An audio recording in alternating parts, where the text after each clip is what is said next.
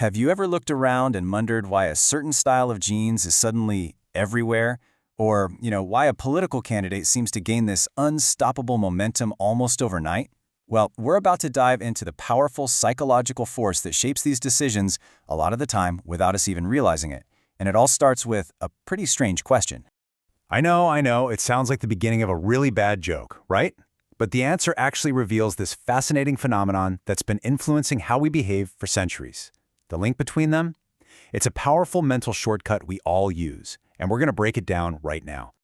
So, to really get this, we have to go back in time.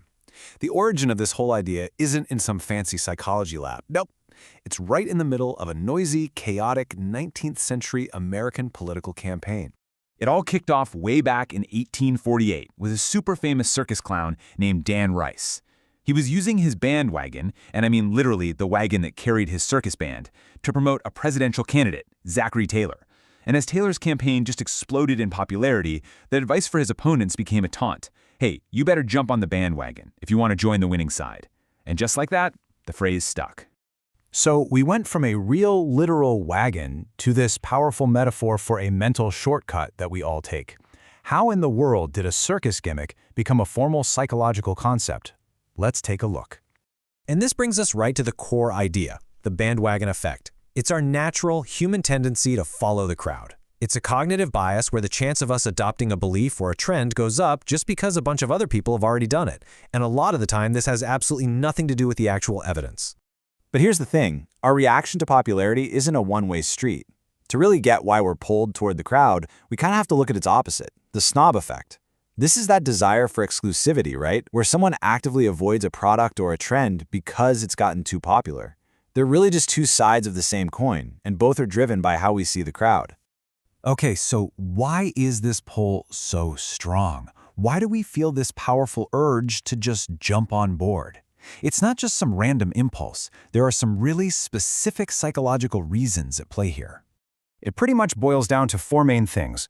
First, there's our deep-seated desire to belong. We're social creatures, and, conforming just feels safe. Second is the desire to be right. We use the crowd as a source of info, kind of assuming, hey, they must know something I don't. Third, it's just plain efficient. Following others is a mental shortcut.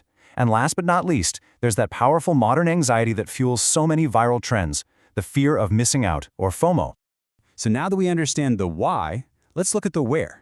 Because this isn't some dusty old historical concept, it is everywhere, actively shaping our world every single day. We've come a long way from that clown's wagon to today's digital world. In politics, this thing is huge. Just the perception that a candidate is popular can, all by itself, make them even more popular.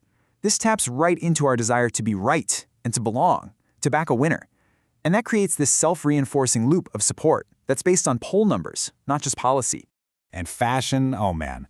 Fashion is maybe the most obvious example. A style starts with just a few people, but as more and more people adopt it, that social pressure to conform, that desire to belong, it just skyrockets, and suddenly that trend is everywhere. We see it, we want to be part of it, and the bandwagon just keeps on rolling. Now in economics, this is where it gets kind of wild. This effect can completely defy the basic laws of supply and demand. Normally, right, a higher price means lower demand, but for a bandwagon good, its popularity actually makes the item more desirable. So demand can actually go up with the price. In these cases, the popularity itself is the value. And here's where it gets really serious.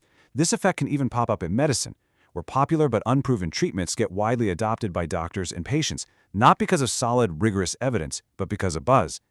These medical bandwagons can actually get in the way of better therapies.